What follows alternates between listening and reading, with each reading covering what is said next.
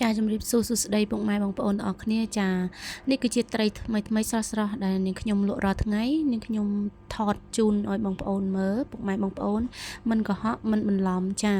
គឺថាទីនេះថ្មីគុណភាពថ្មីស្រស់ងាប់ប្រាប់ថាងាប់រស់ប្រាប់ថារស់គឺថាថ្មីជារៀងរាល់ថ្ងៃតែម្ដងចាហើយនេះគឺជាត្រីដែលខ្ញុំយកមកលក់ជូនបងប្អូនរាល់ថ្ងៃហ្នឹងមិនកុហកបងប្អូនហើយក៏មិនភូតមិនផោហើយលក់ក៏មិនកាប់បងប្អូនដែរគឺតម្លៃមួយត្រឹមតែ15000រៀលទេចានេះគឺជានេះខ្ញុំធ្វើភ្លាមដាក់ភ្លាមដោតភ្លាមថ្មីស្រស់ធានាគុណភាពជូនបងប្អូនមួយត្រឹមតែ15000រៀលទេមានទឹកជ្រលក់មាន4រសជាតិចាមាន4រសជាតិមានទឹកអំពិលទុំស្ដៅនំបញ្ចុកបុកមកកាក់ប្រហុកឆៅហើយនិងទឹកត្រីកោះកុងក្រហមខៀវចាហើយនេះគឺជាសកម្មភាពដែលនាងខ្ញុំ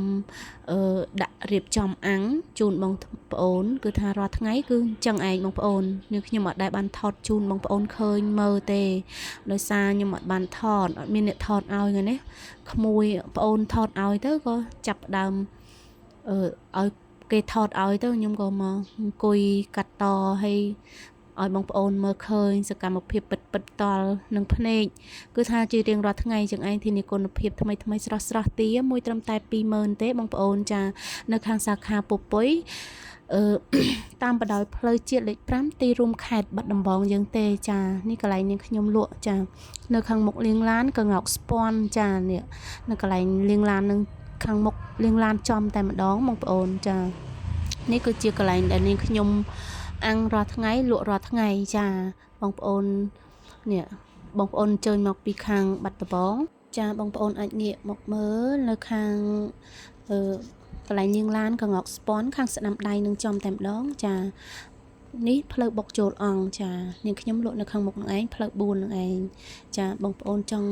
រកអីងាយស្រួលរកតាមបណ្ដោយផ្លូវជាតិលេខ5ទីរួមខេត្តបាត់ដំបងយើងនឹងទេនេះផ្លូវទៅពំពុយចាហើយនេះកន្លែងនាងខ្ញុំលក់នៅខាងមុខកន្លែងលៀងឡាននឹងចំតែម្ដងចាឈ្មោះចែកែវត្រីដុតស្លឹកតើយចាមានទឹកជ្រលក់4រសជាតិ4មុខចាហើយក៏សូមអរគុណដល់ម៉ួយភ្ញៀវដែលបានជួយទិញជារៀងរាល់ថ្ងៃហើយក៏មានទឹកជ្រលក់បន្លែបងប្អូនថ្មីស្រស់ជូនរៀបចំជូនបងប្អូនរាល់ថ្ងៃថ្មីតែម្ដងចាត្រីវិញធំបងប្អូនឃើញទេចិត្តឆ្អិននេះណាបងប្អូនពិសាទៅមិនខ្លាចឬថាទូចមិនខ្លាចនឹងពិសាចាចំណាយលុយត្រឹម15000រៀលបងប្អូនអាចផ្សារបានទាមួយ20000ហើយនៅខាងមុខផ្សារជ្រៃវិញក៏មានតឡនតនមានចរិតមានកដោពងបងប្អូនចាបងប្អូន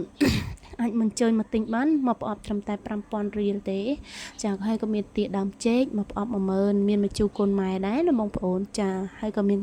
បន្លែទឹកជ្រលក់ចាខាងសាខាឃុំជ្រៃក៏សូមថ្លែងអំណរគុណដល់ម៉ួយទាំងអស់គ្នាអរគុណជម្រាបលា